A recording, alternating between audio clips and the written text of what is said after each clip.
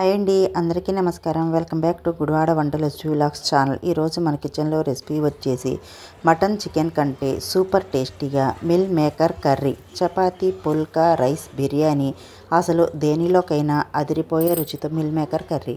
Maker curry తయారు చేసుకోవడానికి first బౌల్లో నీళ్ళని వేసుకొని ఈ నీళ్ళల్లో ఒక కప్పు దాకా మిల్ మేకర్ని వేసుకుందాం.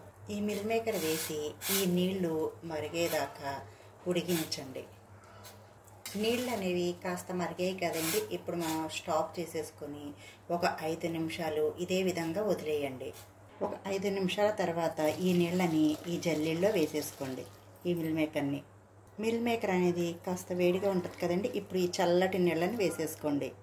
ఇప్పుడు ఈ మిల్ మేకర్లో నుంచి ఈ నీళ్ళన్నీ పిండి తీసేసుకోండి. నీళ్ళన్నీ పిండేశాక ఇలా గిన్నెలోకి వేసుకోండి.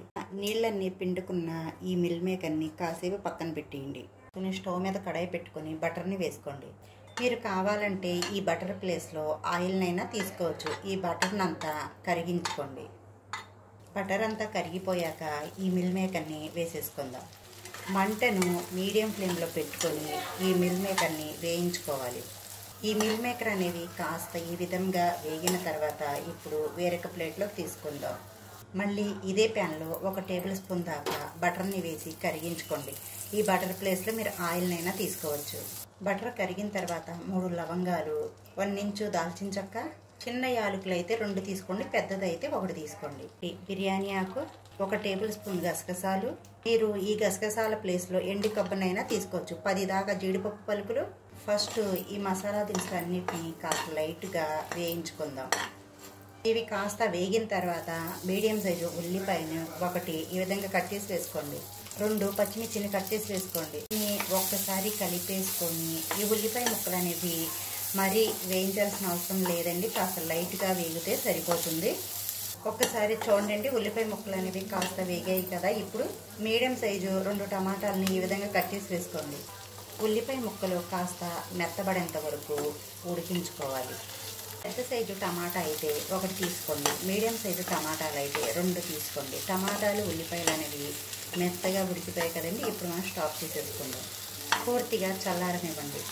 ఈ టమాటా మిశ్రమం అంతా పూర్తిగా చల్లారాక మిక్సీ జార్లోకి తీసుకొని మెత్తగా గ్రైండ్ చేసుకోండి.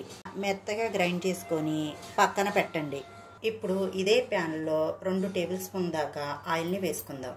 ఆయిల్ హీట్ అయ్యాక మీడియం సైజు 1 ఉల్లిపాయని తీసుకోండి. ఈ ఉల్లిపాయ ముక్కల్ని కాస్త మెత్తబడేంత వరకు ఉడికించుకోవాలి. ఉల్లిపాయ ముక్కలు కాస్త వేగిన తర్వాత 1 టీ స్పూన్ దాకా అల్లం వెల్లుల్లి పేస్ట్. ఈ అల్లం వెల్లుల్లి పేస్ట్లని పచ్చి వాసన పోయేదాకా వేయించుకోవాలి. ఇలా వేగిన తర్వాత ముందుగా గ్రైండ్ చేసుకున్న ఈ మసాలా పేస్ట్ని వేసేసుకుందాం. ఫ్లేమ్ని లో ఫ్లేమ్లో పెట్టుకొని ఈ మసాలాని చక్కగా వేయించుకుందాం.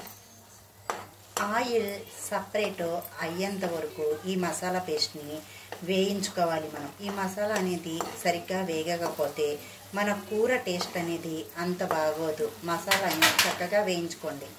ఒక్కసారి చూడండి, ఈ మసాలా పేస్ట్లో నుంచి ఆయిల్ సపరేట్ అయింది కదా. ఇప్పుడు దీంట్లో 1/2 టీ స్పూన్ పసుపు, కారం మీ టేస్ట్ని బట్టి మీరు వేసుకోండి. ఇక్కడ నేను ఒక 2 టీ స్పూన్ల దాకా కారాన్ని వేసుకుంటున్నాను. 1 టీ స్పూన్ ధనియాల పొడి, 1/2 టీ స్పూన్ జీలకర్ర పొడి, 1/2 టీ స్పూన్ గరం మసాలా. ఫ్లేమ్ని లో ఫ్లేమ్లో పెట్టుకొని ఈ మసాలా పేస్టులన్నిటిని చక్కగా వేయించుకోండి.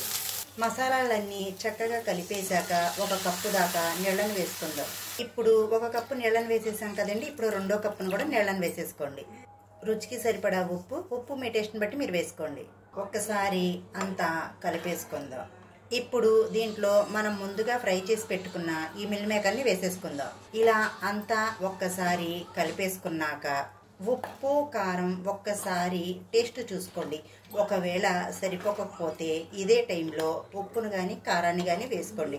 నాకైతే మొత్తం కరెక్ట్గా సరిపోయాయండి.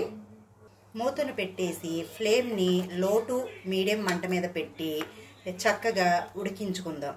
3 నిమిషాలు ఇలా ఉడికాక మీద మేగడ్ని తీసుకొని స్పూన్తో ఈ విధంగా కలిపేసి దీంట్లో వేసేసుకోండి. మీ దగ్గర ఫ్రెష్ క్రీమ్ ఉంటే ఫ్రెష్ క్రీమ్ వేసుకోండి, లేకపోతే ఈ విధంగా పాల మీద మేగడ్ని వేసుకోండి.